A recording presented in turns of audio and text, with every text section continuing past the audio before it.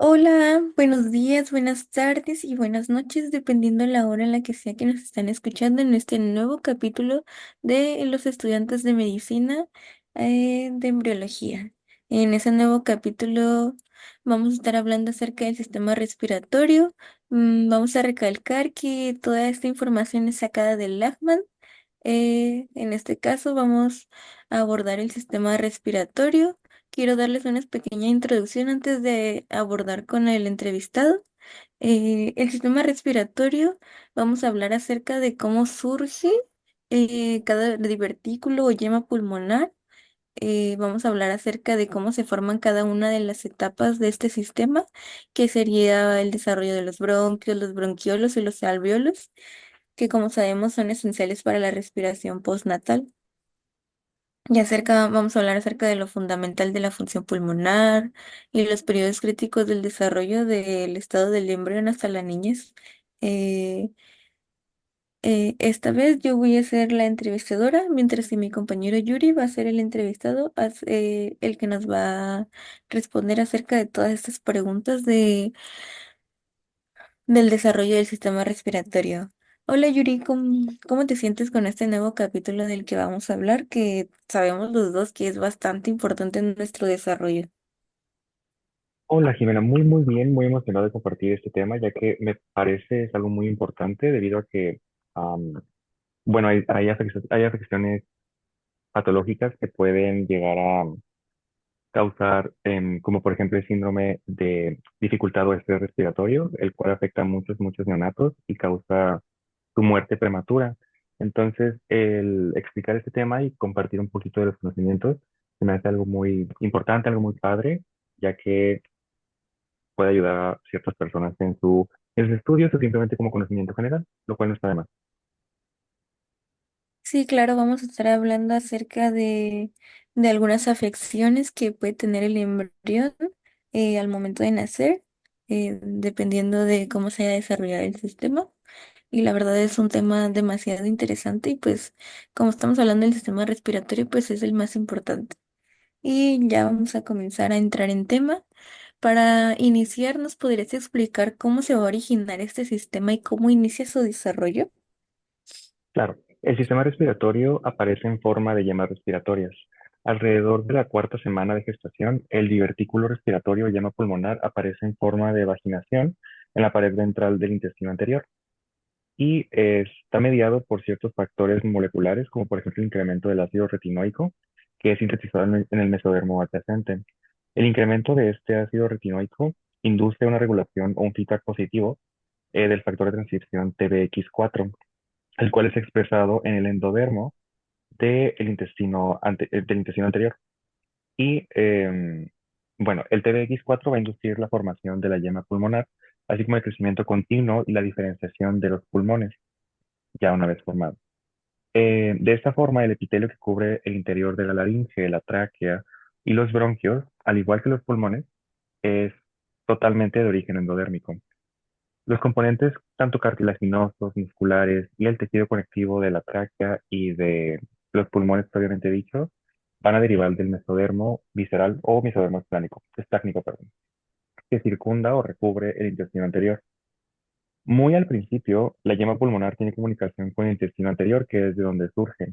Sin embargo, una vez que el divertículo se expande en dirección caudal, aparecen dos rebordes de forma longitudinal, llamadas crestas traqueoesofágicas, y separan las yemas del intestino anterior. Después, cuando estas crestas se fusionan, forman el tabique traqueoesofágico. El intestino anterior es dividido en una porción dorsal, que va a ser el esófago, y una ventral, que va a ser la tráquea. El primordio respiratorio ahora mantiene comunicación con la faringe por medio del orificio laríngeo. Em, ¿Este parece bien si tocamos de una vez las correlaciones clínicas, las patologías, o lo tocamos al final? Yo digo que al final, ¿no? Como prefieras. Ahora, ¿qué nos puedes decir de la laringe? Mm, ok, O bueno, antes de alguna duda, alguna pregunta con la formación de las llamas ¿nos pulmonares. puedes, nos puedes decir en qué momento de la formación del embrión, bueno, vaya, ¿en qué semana del desarrollo embrionario este proceso va a surgir?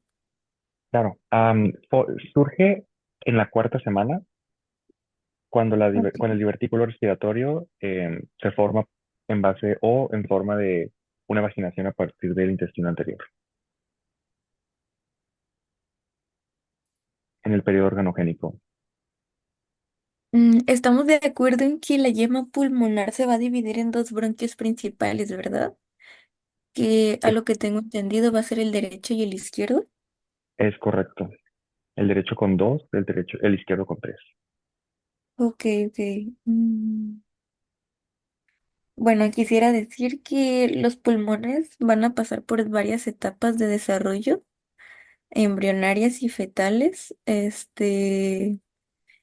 Una de ellas la llaman periodo pseudoglandular, que esta va a entrar dentro de las 5 décima sexta semana, que durante esta fase se van a formar los bronquiolos terminales, pero en ese momento todavía no existen los bronquiolos respiratorios ni los alvéolos. Después tenemos también el periodo canalicular, que es a base de la 16ª a 26 semana. En este momento los bronquioles terminales se van a dividir en bronquiolos respiratorios y luego en conductos alveolares. Como tercera etapa vamos a tener el periodo de los sacos terminales, que va a ser a las 26 semanas al nacimiento. En esta etapa se van a formar los sacos terminales o los alveoles primitivos, que van a establecer contacto estrecho con los capilares. Y por último, en la cuarta etapa vamos a hablar acerca del periodo alveolar, que es de los 8 meses hasta la niñez, que en esta etapa se va a desarrollar los alvéolos maduros con una conexión epitelio endotelial funcional. O sea, estamos hablando que estas 4 etapas van a surgir a todo lo largo de la niñez del niño. O sea, comienza a desarrollarse durante el embrión, pero continúa desarrollándose en la etapa de la niñez. Correcto. Entonces, nada más para corroborar y reafirmar, nos comentas que en la maduración de los pulmones ocurre tanto en la etapa fetal como postnatal. Sí, claro, en esas 2 etapas va a ocurrir todas estas etapas acerca de los sacos, de los alvéolos y tanto como de los bronquiolos terminales. Muy bien, muy interesante, muy interesante. Y, mm, no, no, no.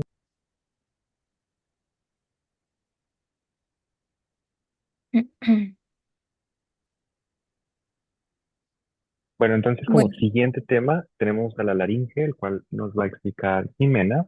Entonces, Jimena, ¿qué nos puedes decir sobre la laringe? ok.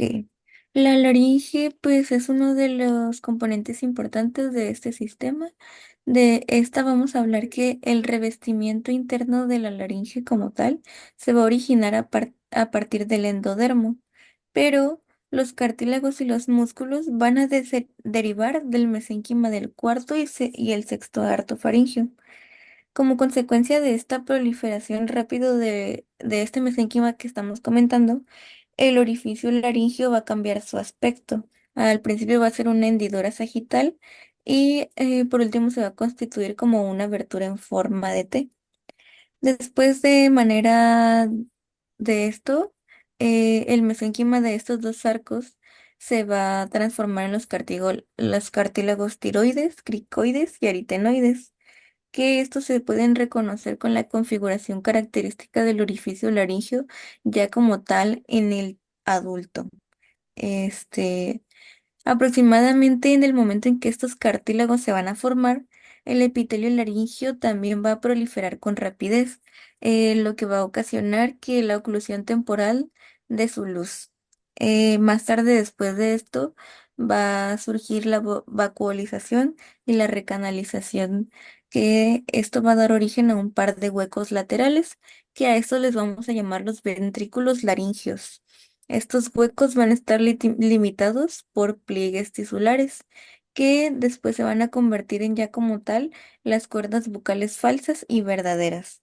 Debido a que la musculatura de la laringe, derivada, como ya dijimos, del mesénquima del cuarto y sexto arco faríngeo, todos los músculos de la laringe van a ser derivados por las ramas del décimo par craneal, que es el nervio vago, que quiero decir que el nervio vago la verdad es uno de los más interesantes y más importantes, porque en todas partes lo vamos a ver que inerva en todos lados este nervio. Entonces la verdad es como fundamental.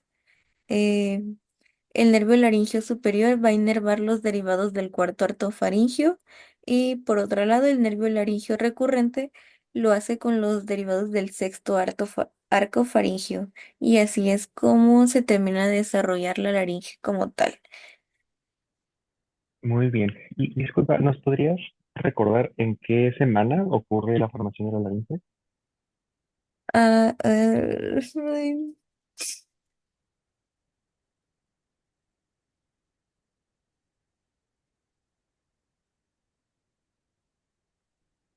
Lo pongo. Ah, regresando a tu pregunta, Yuri, la formación de la laringe y todos sus componentes se va a estar formando durante la sexta semana del desarrollo embrionario, ya como tal. Excelente, Como excelente. otro punto de este capítulo vamos a tener la tráquea, los bronquios y los pulmones. ¿Qué nos puedes decir de cómo se van desarrollando o cómo suceden estos derivados? Muy bien. Con respecto a la tráquea, al tiempo que se separa el intestino anterior, la yema pulmonar forma la tráquea y dos sáculos laterales, que van a ser las yemas bronquiales primarias. Estas dos estructuras anatómicas nos sirven para, bueno, servirán para el correcto paso como un conducto únicamente de las vías aéreas. Estas yemas bronquiales primarias van a sufrir un cambio a la quinta semana.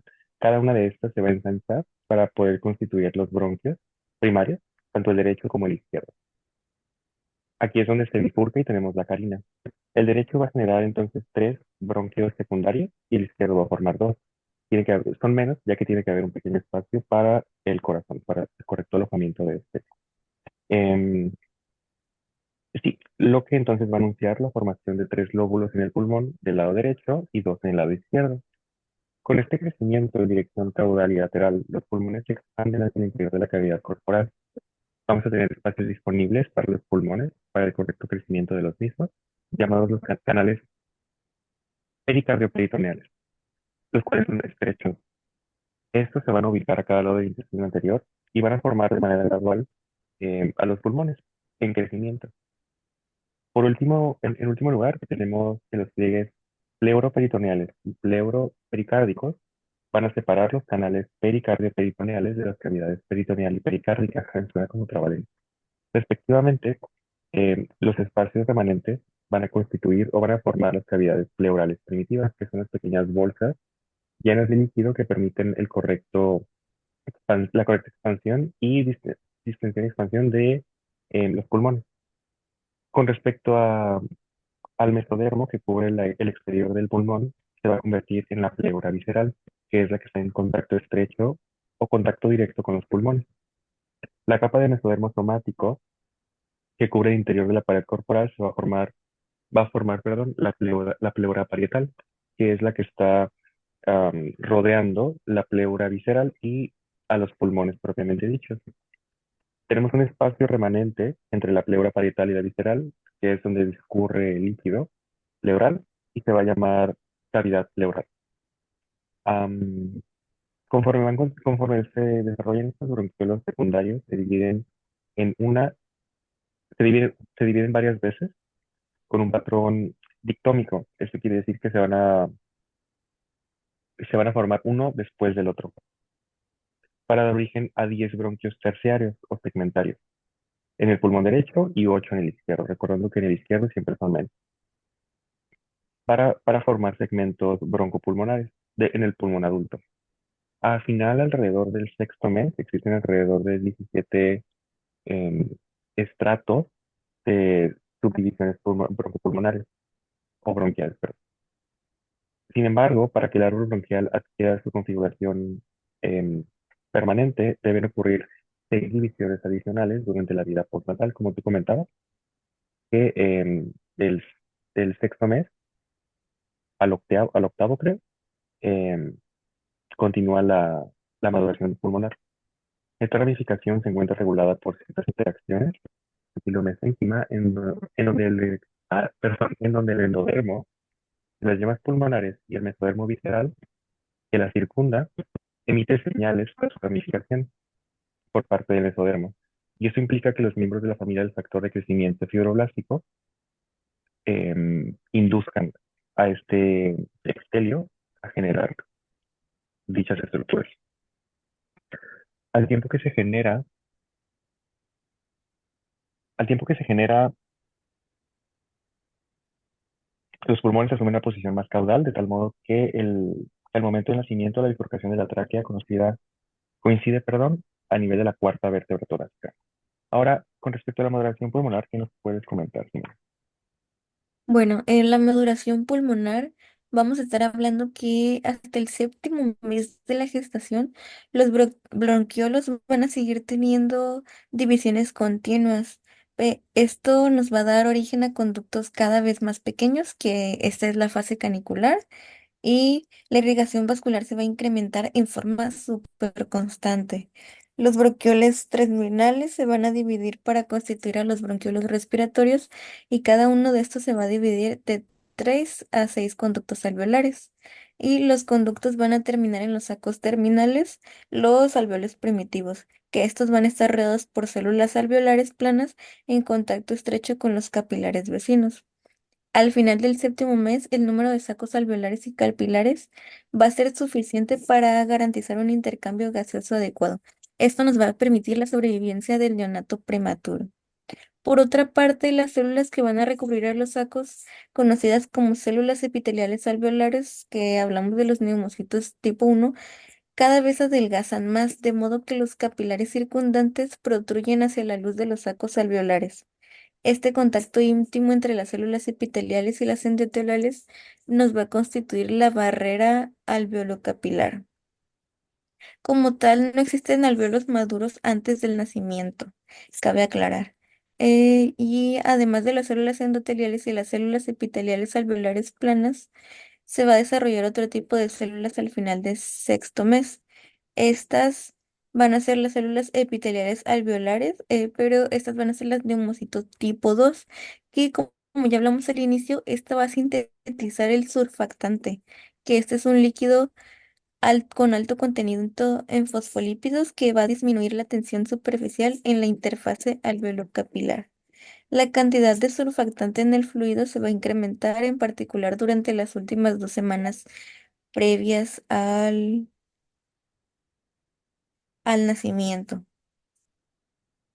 Em, Cierta cantidad de este fosfolípido llega al líquido amniótico y va a actuar sobre los macrófagos de la cavidad amniótica. Una vez activados estos macrófagos van a migrar por el corion hacia el útero, donde comienzan a sintetizar proteínas del sistema inmunitario, entre ellas que hablamos de interleucina 1 beta, que la regulación positiva de estas proteínas nos va a dar origen al incremento de la síntesis de prostaglandinas que van a desencadenar las contracciones uterinas. Los movimientos respiratorios fetales, vamos a hablar que van a iniciar antes del nacimiento y van a generar la aspiración del líquido amniótico. Debemos decir que estos movimientos son importantes para estimular el desarrollo pulmonar y acondicionar a los músculos respiratorios como tal. Una vez que el líquido se absorbe de los sacos alveolares, el surfactante se va a depositar y va a formar una capa delgada de fosfolípidos sobre las membranas celulares alveolares. Cuando este ingresa a los alvéolos en la primera respiración, la capa de surfactante va a evitar el desarrollo de una interfase área-agua, que hablamos de la sangre, con una de tensión superficial alta. Sin la capa de surfactante, los alvéolos colapsarían durante la expiración, que hablamos de atelectasia. Y esto como tal es la maduración de los pulmones. Muy bien. ¿Y qué ocurre cuando no hay suficiente factor surfactante al momento del nacimiento? Y pues desencadena varias correlaciones clínicas o defectos en el embrión como tal. Uno de ellos siendo el síndrome de dificultad respiratoria, ¿no? Ajá, así como tal el síndrome que tú comentas, Yuri. Y nada más para dar una pequeña explicación sobre qué es. Es cuando el neonato nace prematuro o con un defecto en la producción de factor surfactante por parte de los neumocitos tipo 2, causando este síndrome de dificultad respiratoria, en el cual tenemos un índice de azúcar bajo y muchas veces el neonato no puede sobrevivir si no recibe tratamiento apropiado, el cual es el depósito por parte externa, perdón, de factor surfactante a través de una sonda nasogástrica. También otra correlación clínica que vale la pena recalcar es la atresia esofágica con o sin fístulas, perdón, traqueoesofágicas, el cual se observa en uno de cada 3.000 nacimientos y 90% de ellos falla en la porción proximal del esófago, cuando terminan un saco ciego, al tiempo que el segmento inferior forma una fístula con la tráquea. Este puede ser también corregido por medio de cirugía y no le presenta ningún tipo de afección en el futuro al feto o, bueno, ya recién nacido.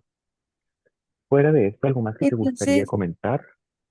podemos decir Ujú. que las correlaciones o defectos del sistema respiratorio se deben atender rápidamente porque por, por problemas de que el embrión tenga para respirar en el momento en el momento del parto, ¿verdad? Eso es demasiado Es importante. correcto.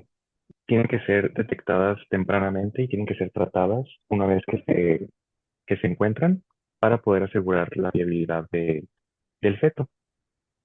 Ok, creo que a todos nos quedó bastante claro este nuevo tema visto en este episodio y quisiera finalizar solo con que es importante que todos nosotros los estudiantes de medicina conozcamos acerca del desarrollo del sistema respiratorio.